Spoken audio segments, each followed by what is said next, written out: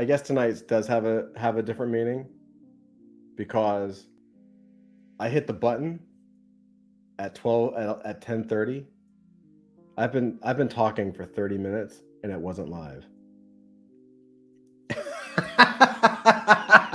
I have been going through the whole thing for 30 minutes and it's not live. And I've been reading your comments and I'm like, I don't understand what's going on. This is what I'm talking about. This ties in perfectly. This ties in perfectly to not giving up. Yeah, and I've been hacking like my lungs out because all of a sudden I got a coughing fit. So give me 1 second. I'm gonna ping everybody. Hold on.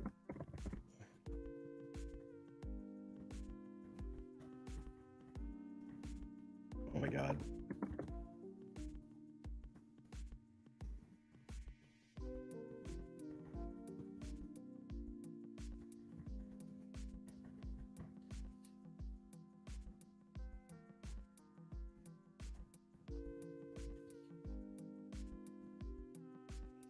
Dusty says they almost texted me because of the heat. Dude, unbelievable.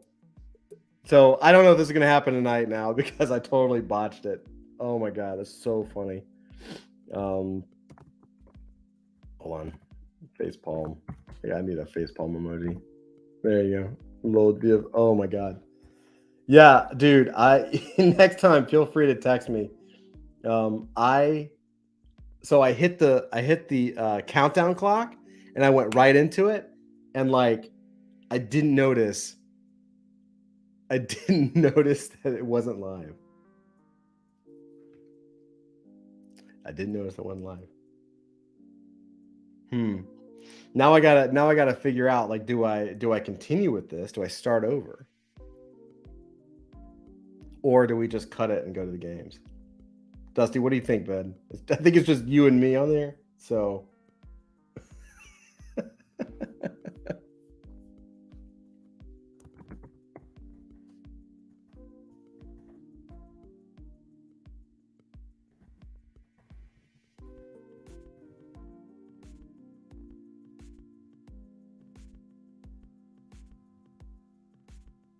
hey, who else is someone else came in? Don't wake up, dude. I cannot believe I didn't hit the go live button. Oh my God. It was good too. It was good. I was like all deep and stuff. We can still do it. I can break it out. We can do a 30-minute version of it.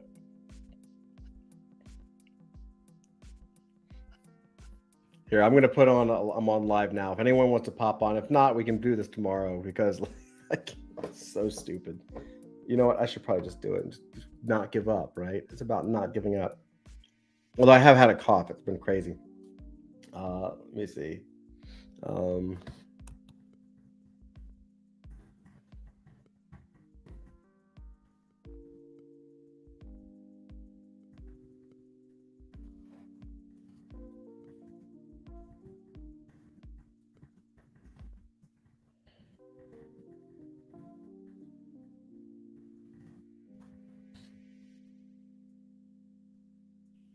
So bad, dude.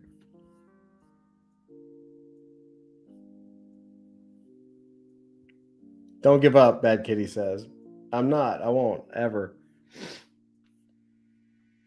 I'm so stuck now. I'm like, do I continue? I am not sure. I think everybody bounced. Oh, someone's coming in. People coming in. We'll see. Bad Kitty says, I believe in you. All right. You know what? We'll do an abbreviated version of it. All right. We're going to do an abbreviated version of it. It's okay. Stuff happens. It's live. You got to go on with the show, right? All right. Fuck it. Let's do it again. Hold on. Let me get back. Let me get the stage set back. I can't believe I did that. But it just shows that it happens. It just shows that it happens. It's real. It's real. All right. So I've also been coughing my lungs out. I don't know why. I've been fine all day, and I start talking on a live call, and super pain in the ass. Does at least? Hey, Massive, what's up? I said hello to you, and I said hello to everybody, but you didn't hear it because I didn't hit the live button. Dusty says, at least you practice what you're going to say. Sure. All right. Let me just ping right now. I'm going to just say at everyone. At everyone, we're going to go live now.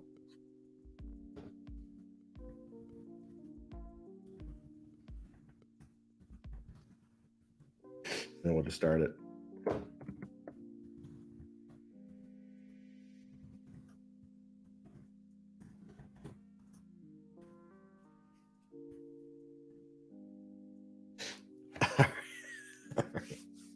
Beat yourself up real good about it. Yeah, dude, I've been, 30 minutes. And I was like, wait, why? I'm not getting any comments. It's kind of weird. All right, here we go. Let's do this. So, and it's important. This is actually an important topic, so I don't mind doing this again. In fact, it is kind of a perfect, I'm just going to use it because it's perfect.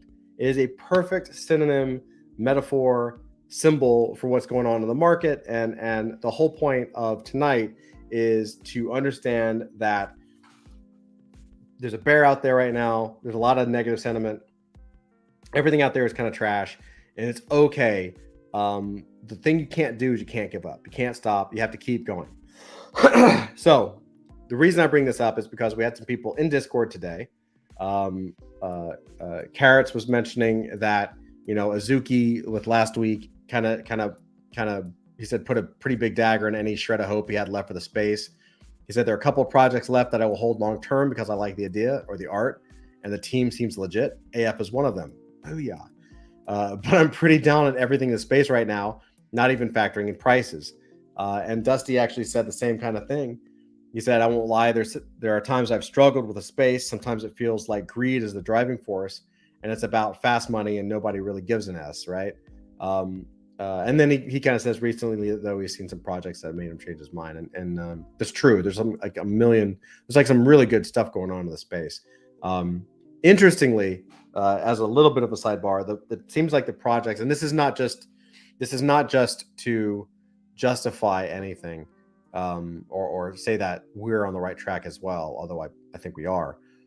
It does seem, interestingly, that the projects who have really good teams, who have really solid ideas, and who are working hard are also not the projects that are like, glow in the dark bears or something, like 10,000 glow in the dark bears with like, funny hats and really hip clothing. And look, it's like Bored Ape, but not like, those projects are still getting heat and still blowing up and still making millions while the real teams are sitting and grinding and working hard and building absolutely incredible shit. Like no joke. Like there's some amazing teams out there that are not getting recognition yet, that are kicking ass in terms of what they're building and what they're putting out there.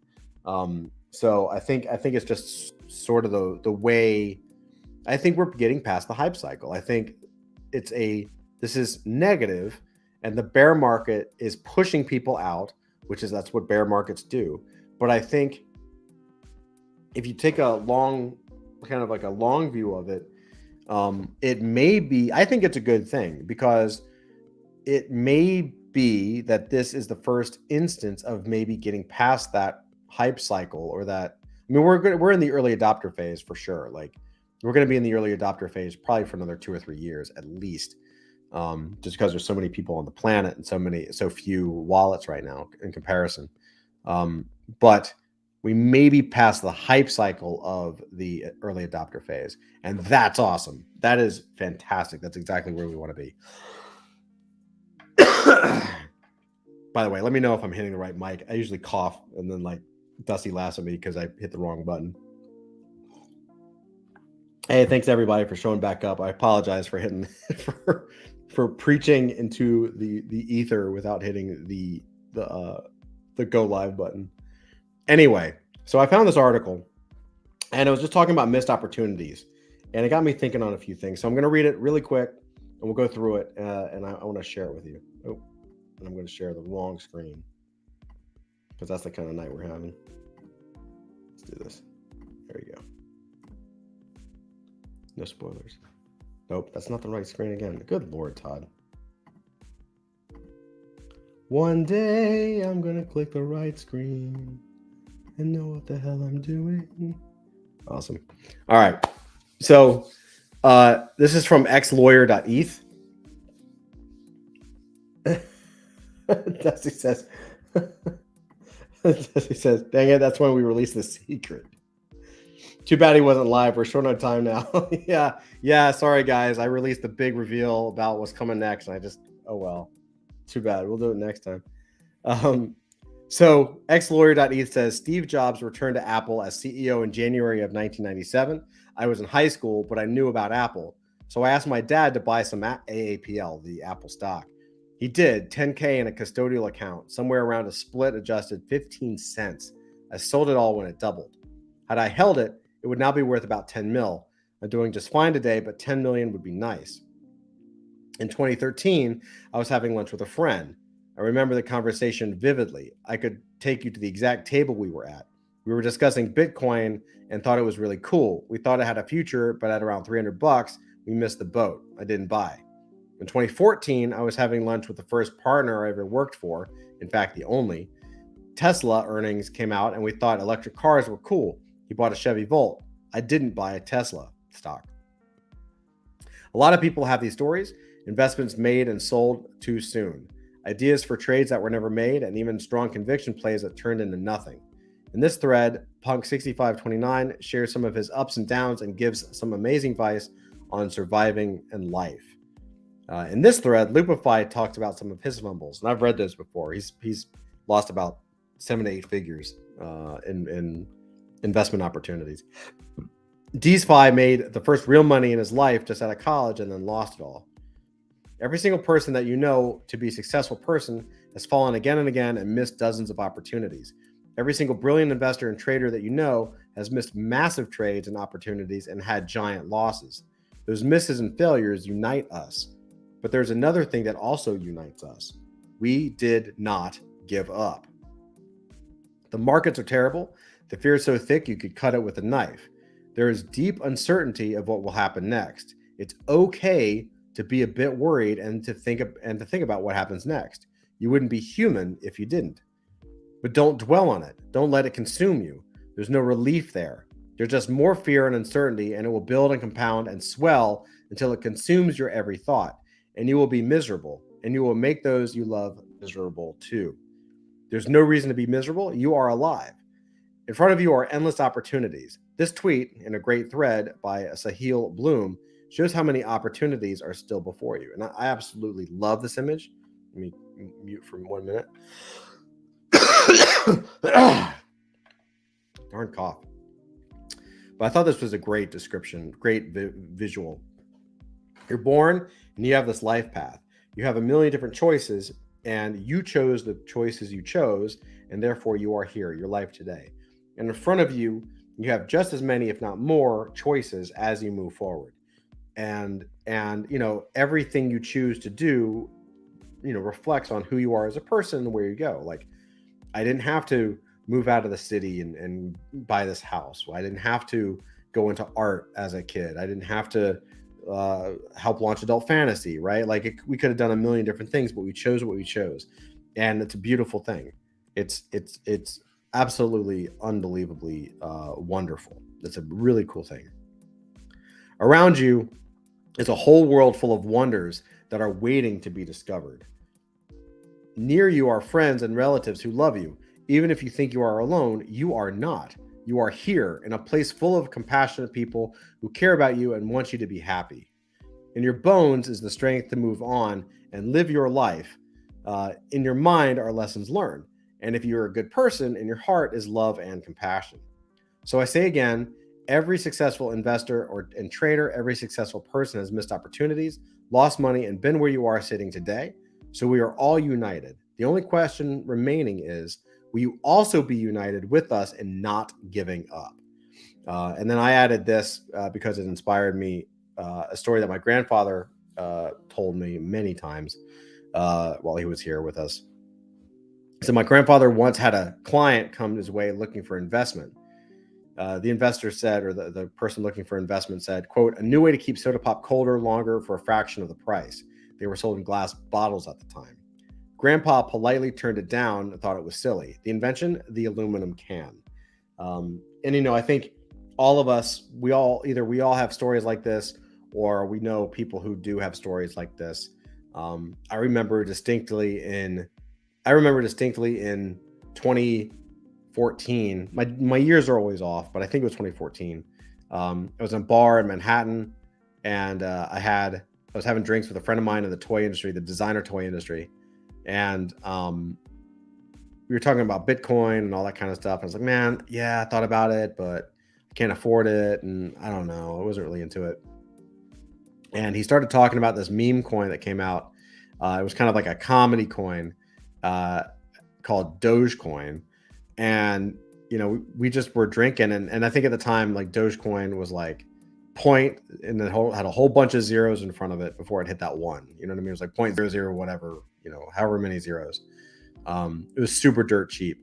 And anyway, we were just laughing about it all night. And, I have if you haven't noticed by Adult Fantasy, I kind of have a weird sense of humor. And I'm okay with that. And by the end of the night, I was like, you know what? It spawned a conversation. We had a blast laughing at it and just talking about it spawned a conversation that made us laugh our asses off all night long. And so I was like, I'm just gonna buy some. I was like, you know what? Fuck it. I put $1,000 in. It would have given me, I don't remember the number, but it would have given me like, several hundred thousand or several million coins. I don't remember. It was a lot. I was like, screw it, whatever, let's do it. And so I went home. Granted, I was drunk, but I said, I'm going to call him tomorrow and I'm going to find out how to do this, because I had no idea about how to do any of this stuff. And I was serious about it. And then I woke up the next morning. I was like, oh, dude, I got to call homeboy today. Then I just got busy with work and everything else.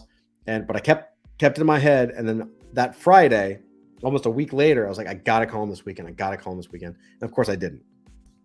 And so when Elon blew up Dogecoin, of course I did the math, or the fuzzy math, because, memories of how much prices were a little fuzzy. But you could look back in time and tell, and I would have made millions. It would have been millions and millions, because I was like, that's when I would have sold, basically on the way up. I might not have hit the peak. I think it's foolish to say, yeah, I would have sold at the top. I picked a number that I was like, you know what? When he said this is pretty much when I would have sold. And it would have been millions. Life-changing. What do you do? You're not a mind reader, you know what I mean? And it's okay. And I think that's kind of the point, is like, it's okay to feel this. It's okay to hurt. I do believe the market's going to come back. And but it might take time. The world's in a bad shape right now, man. Like, even if crypto comes back, it might be for a short time, because the world's in a world of hurt, man. So it's going to take some time. However, I do think overall, just like, likewise with this guy with his Apple stock, I bought Apple stock. I bought it at $15 a share. It was right before, and I had no way of knowing this, of course, but it was right before the iPod came out. And so the stock went way north of $15 a share. And that was right around the time I used that money to move to New York. Part of it anyway. I had savings. But I didn't know anybody in the city. And this was the second time. I'll talk to you about the first time in the city in a minute. But this was the time I was moving permanently to the city, and I didn't know anybody. I had no connections. I had no job prospects. And so I went through my savings as I was making connections. And I was like, I still got to pay rent, or else bad things happen. And so I ended up selling all the Apple stock, and that lasted me. It served its purpose. It was enough time for me to get a job and get settled and get that first paycheck and get everything kind of situated. But, that Apple stock would have also been worth millions of dollars. He's saying, Dusty says, hindsight is 2020. It always is. It always is. Yeah. Kirkin Reg says, if you don't swing, you'll never get a hit. Yeah, 100%. It's exactly true. You have to go for it. And then you also have to take a break.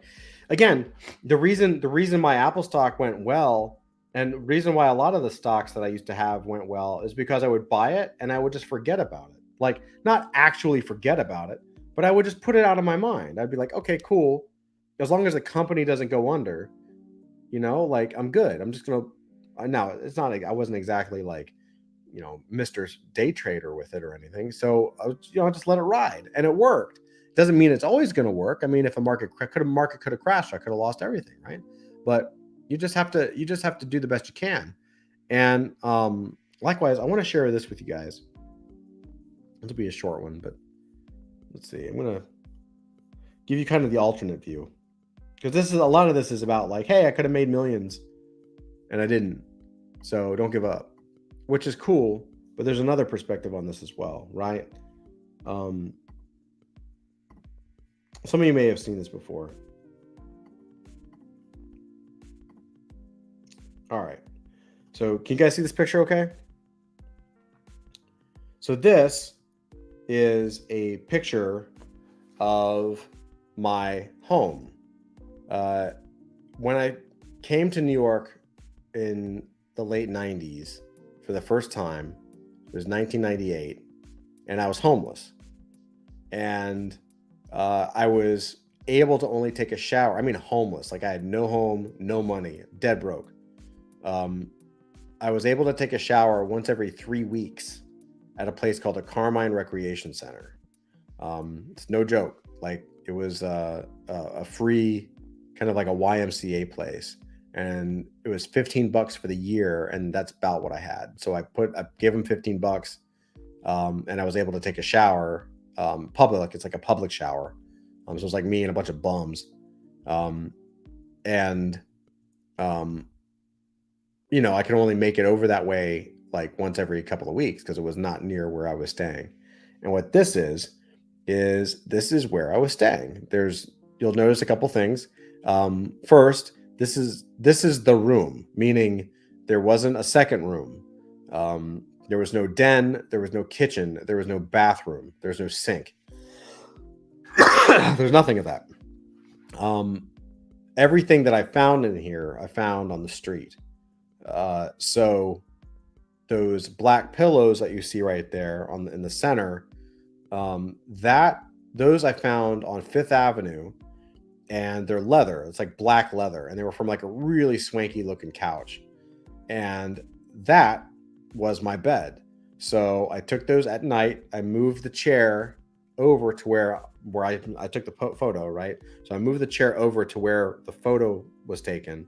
I had a big piece of wood, and I would put that in front of the door so that people couldn't come in. And I would put the chair and kind of hammer the chair next to that piece of wood so that it was pretty solid. And then I took those two pillows, or those two cushions, and I laid them out, and that's pretty much how I slept. And I was just sleeping, and then I wake up and work on my artwork. And I went down to Chinatown, and I was getting dollar Chinese food because that's all I could afford. And it was like once a day. I lost like 30 pounds, which was good, I guess.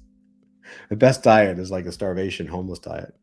And actually, if you see towards the right, you'll see like this little piece of wood, and there's like some little turpentine back there, and it's like hard to see, but it's basically a little wooden horse, and there's like a piece of wood on top of it, and I used it as a little desk, and underneath it was my suitcase. Underneath it was all my clothes. So that was pretty much everything that I owned was under there, and then I had art supplies. And it was a crazy experience. And of course, like I didn't stay here in this position. I was homeless for about legit homeless for about like 3 or 4 months. And I got out as quick as I could because I was like, there's got to be a better way. Like, this is not, I was always taught up to this point as an artist, I was taught like, yo, you don't have to be a business person. You have to just do your art, and you focus on your craft, and magic will happen, and someone will discover you. And that's, as long as you're talented, you'll make it. And that's complete bullshit, right? I don't know if the generation that is out now, like the younger generation, is as like, I don't want to say gullible, but I mean, they're gullible in different ways, I guess. But this is what was taught. This is what we believe. This is what the myth was. And the myth was backed up through professors and people in academics in the academia who told you that. Like they told everybody that. And so why wouldn't you believe it? It's total lie. Absolute crap. And so after a few months like this, I was like, this is not, I can't do this. Like this is, I mean, it got to the point where like, I don't want to get specific, but like certain things happen to your body when you're not showering that often. You know what I'm saying? So I was like, this is untenable. I can't do this. And so I had to kind of figure it out and figure another way. And that's sort of what started me down the path of entrepreneurship. I was like, I have to turn this into a living. Like I have to make money off of this. And it's also what's driven me, what, 30 years later, almost 30, not total 30, 25, 30. Yeah, something like that. Like, no, about 22, something like that, whatever.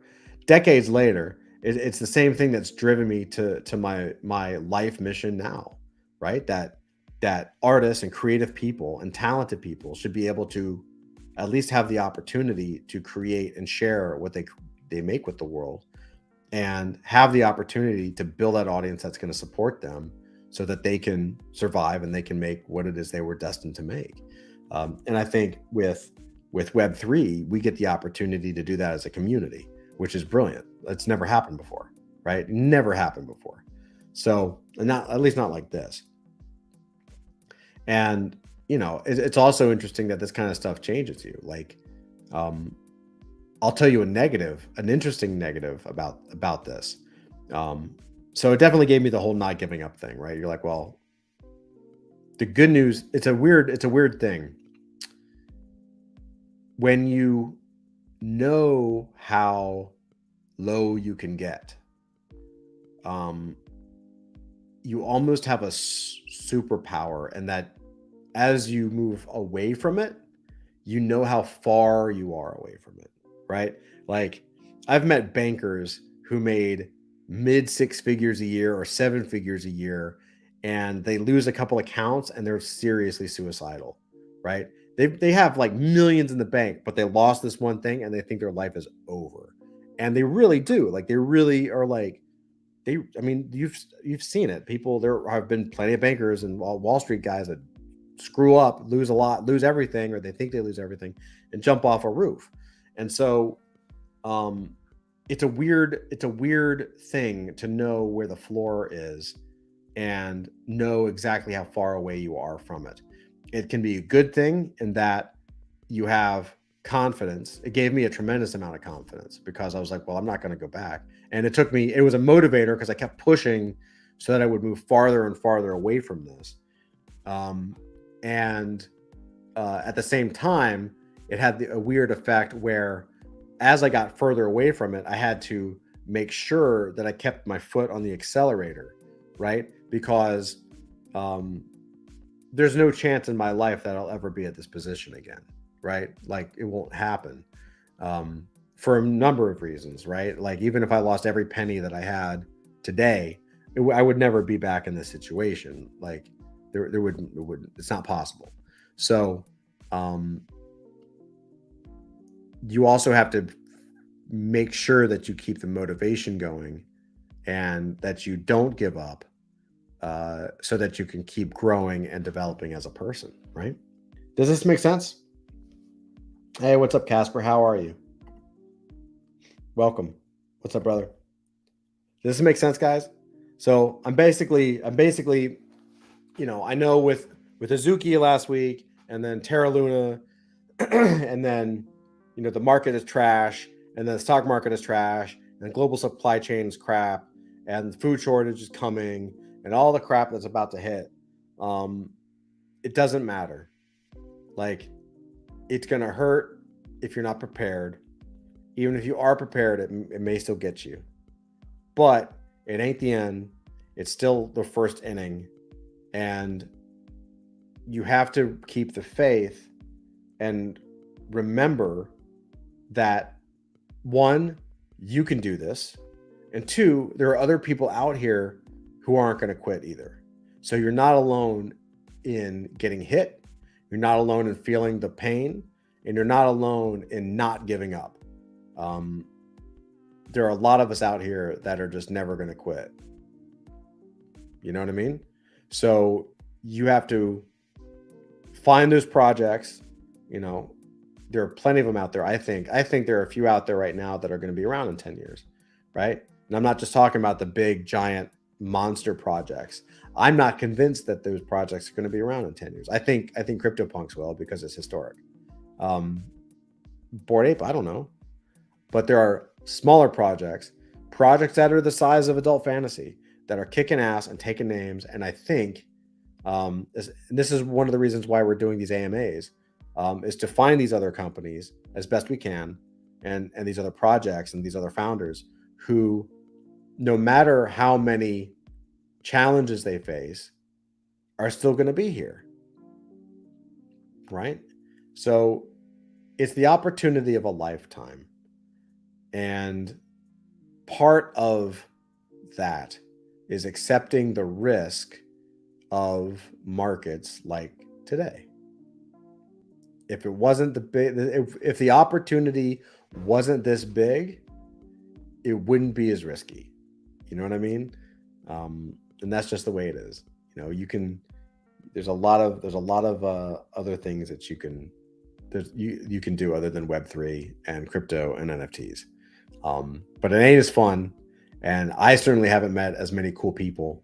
I'm telling you, the other good thing, little sidebar, the other thing you can do, honestly, straight up, go into Twitter, delete everybody that's not in Web3. Just anyone who's not connected to Web3 or NFTs or crypto, just delete them. Because the people on Twitter, NFT Twitter and crypto Twitter, are talking about art and talking about technology, and they're talking about math, and they're talking about the market. Everybody else is woe is me bullshit, and I cannot stand that shit. Like, I routinely delete anything that is not specifically Web3 or NFT related. I don't want to hear it. Like, I do not let that stuff enter and poison my mindset, because I wake up every morning and I grind and I work. And I'm excited because the stuff that we have coming out, like, it's a dream come true. It's literally the stuff that I would daydream about as a kid, and just be like, nah, that'll never happen, because it's not possible, right? And that is totally possible. We're living in the damn dream. So I think we've got the opportunity of a lifetime. It doesn't mean that it's going to be perfect kumbaya shit all the time. It does mean we got to fight bears in markets. And look, again, I'll sum it up one more time. Like, it's a bear market right now. If you go out, do yourself a favor and Google the Bitcoin 4-year cycle. In fact, I don't know if I can find it. I have a really good one that I made, and I don't have it with me. But if you look up the Bitcoin 4-year cycle, you'll notice. Let's see. I'm just going to see if I can just randomly pull it up. There's some decent ones, but I have a really good map. Yeah. Basically, what you'll notice when you see, I mean, do some research on the Bitcoin 4-year cycle. What happens is every 4 years it does this, right? Like rip, rip, rip, rip, rip, and you're like, oh, that's cool. Yeah. Except it goes up, and then it drops dramatically, about 50%, and then it stabilizes, and it goes back up, and then it drops dramatically, and so it hits these new highs, but it crushes and crushes and crushes. So you hear everyone on Twitter talking about 2017. Yeah, like 2017, it was the halvening, right? 20, it's like literally called the halvening, and it's called the halvening because the entire market gets cut in half. And so if it holds true, if the Bitcoin it's a little bit of psychology, and it's not like, it's a little like, it's hard to predict if it's real. It's definitely real on the charts, but it's really dependent on a million things, how many people are in crypto. Anyway, if the Bitcoin 4-year cycle holds true, and I think it still is holding true. Bitcoin kind of broke a little bit last year, but Ethereum was the exact same. If it holds true, that means that this year will be stable to a little lower, which we're seeing. I was expecting this. I expected this last year. Like I knew it happens this year. Next year, it's going to be worse. It's going to go lower. It's going to crash. It's got to come down, and then it has to stabilize so that it can do a bull run again. And the next bull run, everybody who was here now and prepared, the people that got rich in 2021 are the people who got crushed in 2017 and didn't leave. They all got crushed. They said, well, fuck it. Ain't nothing worth anything now anyway, so I guess I'll keep my shit in there. And they just kept DCAing, dollar cost averaging in. They went in and in and in and in for years. And then when the market took off last year, they were all OGs. All of a sudden, they were like oracles, right? It wasn't that they were oracles. They just kept buying stuff because they liked it, and it was cheap because everything was broke. Like, you just have to keep going. And the same thing's going to happen again. Whether it's going to be the exact same Bitcoin 4-year cycle, who knows? But if it holds true, it's going to be kind of a low year, and the next year is going to be even lower, right? And then it eventually stabilizes in that third year. And that fourth year, it takes off again like a bat out of hell. And we'll be at all-time highs, right? In the meantime, you just got to deal with the media and all the bullshit about like, oh, the NFTs are dead, and all those idiots in NFTs and crypto's stupid and doesn't work. And it's all bullshit. They don't know what the fuck they're talking about. And you know that. Dusty says, Somebody says, amazing story. I can relate, actually. Makes us stronger. It absolutely does. It absolutely does. Casper says it makes sense. Thanks, man. I'm glad. Yeah, it makes you totally strong. It's a superpower. You know, like you've had pain in your life. You know you have. A lot of us have had more pain than others. Oftentimes, human nature dictates that you feel like you've definitely had more pain than other people in your life. I don't think that's true, but it certainly feels that way. Everyone feels like they've had the roughest life, or a rough life, I should say. But you got to stick with it. You got to stay in the game. That's the life challenge. Dusty says, not only AF, which I love entirely, but there are so many exciting Web3 experiments happening. So many DAOs doing amazing stuff and acting as close to true democracy as we've ever seen. Right, and that's the future, 100%, dude. Sorry. And once that's cracked, once the DAO is cracked, and once we have a few projects that are not, here's the secret. Here's what I'm waiting for. And this is what we're working on at Dell Fantasy. And this is what real teams are working on. Here's the deal. As we work on technology, and as we work on our marketing, and as we work on our systems and the frameworks that each of our projects entail, the business grows, right? Hopefully, right? The business grows. And as that business grows, more people come in and it gets bigger and bigger and bigger and bigger. And it takes time. This is how a real business works. This is how a actual company works. It doesn't, most companies don't sell out at 10,000, their entire product line in like one evening. You know what I'm saying? Like it takes a long time. So once that starts to happen with NFT projects, you're going to see extreme growth, and you're going to start to see more stability in the market. That's when you're going to see floor prices of NFTs that are like 30, 40, 50 ETH that don't fall like to 3 ETH, right? They're not going to crater.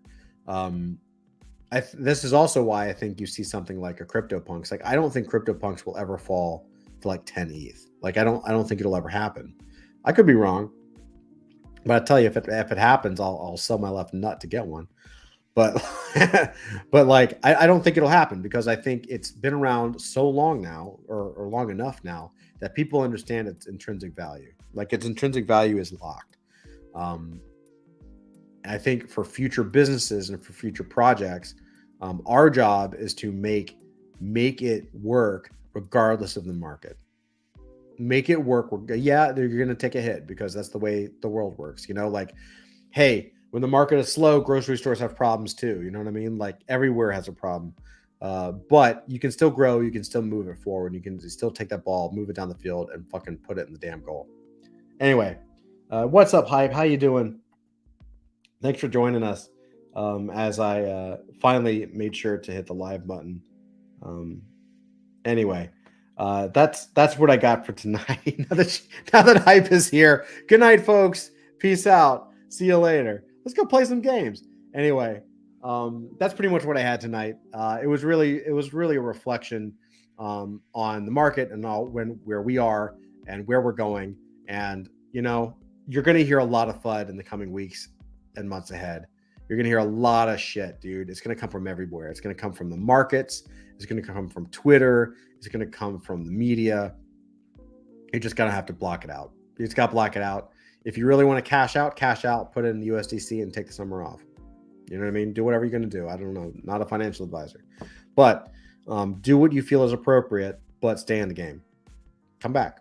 It's okay. Anyway, that's what I got for you. I love you guys. Hey, J-Rod, did you really forget to hit the live button? Dude, I spoke for 30 minutes. It was straight fire, I think. and like I was like, man, nobody's commenting. And like I was like, I don't understand. Maybe everyone's just slow tonight. And then I went and I looked, and I think Dusty was like, dude, are you okay? And I was like, what does he mean? I feel good. Can you hear me? And then I noticed that the live button wasn't on. Yeah, and then I was by myself. I was just preaching into the ether. Yeah, it was pretty bad. Willie D, what's up, man? Great message for the times we're in. Yeah, thank you, brother. Yeah, that's what I'm trying. Honestly, this is also why we're bringing a lot of AMAs in and talking to a lot of projects, because there's a lot of good stuff out there, man. And I think it's our job as leaders in the space to bring them to light, especially in the storytelling space, right? Absolutely. Never give up. 100%. J-Raw. Thanks for the feels, bro. It's pretty bad. All right, guys. Well, I love you very much. Thanks for stopping by. Fuck this shit. Let's go over to the after party and play some games. I need a drink. All right. Love you guys. See you in Discord. Thank you guys so much. Hit the like, hit the bell, hit the notification, subscribe as I cough my way. I also didn't have any cough today at all until I went live. It's just one of those nights. Anyway, guys, I love you guys so much. I'll see you in Discord in just a minute. Let's go play some